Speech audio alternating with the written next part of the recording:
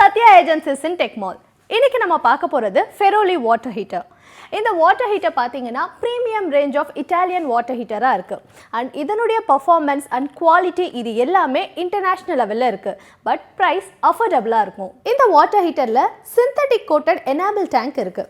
பொதுவாக இப்போலாம் பார்த்தீங்கன்னா ஹார்ட் வாட்டர் தான் யூஸ் பண்ணுறோம், சால்ட்டி வாட்டரை தான் யூஸ் பண்ணுறோம். அதனால் அந்த டேங்க் சீக்கிரமாக துரு பிடிக்கிறதுக்கான சான்சஸ் இருக்குது. பட் அதை அவாய்ட் பண்ணணுன்றதுக்காக தான் சிந்தட்டிக் கோட்டட் எனாமல் டேங்க் இதில் இருக்குது. பொதுவாக வாட்டர் ஹீட்டர் யூஸ் பண்ணும்பொழுது அது யூஸ் பண்ணுறதுக்கு எந்த அளவுக்கு சேஃபாக இருக்குன்றதை நம்ம தெரிஞ்சுக்கணும். சில வாட்டர் ஹீட்டர்லலாம் பார்த்தீங்கன்னா 1 time or 2 times safety measures இருக்கும். பட் இந்த வாட்டர் ஹீட்டரை பொறுத்த வரைக்கும் 3 டைம்ஸ் சேஃப்டியாக இருக்குது. இந்த வாட்டர் ஹீட்டருடைய அவுட்லுக் பார்த்தீங்கன்னா ரஷ் ப்ரூஃப் இபிஎஸ் பாடியால் கவர் பண்ணியிருக்காங்க. ஸோ டேமேஜ் ஆகாது அண்ட் கலர் ஃபேட் ஆகாது. வாட்டர் இது மேலே பட்டாலும் சீக்கிரமாக ரஷஸ் வராது. அடுத்ததாக நம்ம நோட் பண்ண வேண்டியது ஹீட்டிங் எலிமெண்ட். ஃபெரோலியில் வித்தின் அ மினிட் ஹீட் ஆகிற மாதிரி ஒரு நியூ டெக்னாலஜியை இன்ட்ரடியூஸ் பண்ணியிருக்காங்க. அண்ட் வாரண்டின்னு பார்த்தோன்னா டேங்க்கு 7 இயர்ஸும் ஹீட்டிங் எலிமெண்ட்க்கு 4 இயர்ஸும் ஓவராலாக 2 இயர்ஸும் வாரண்டி கொடுத்துருக்காங்க.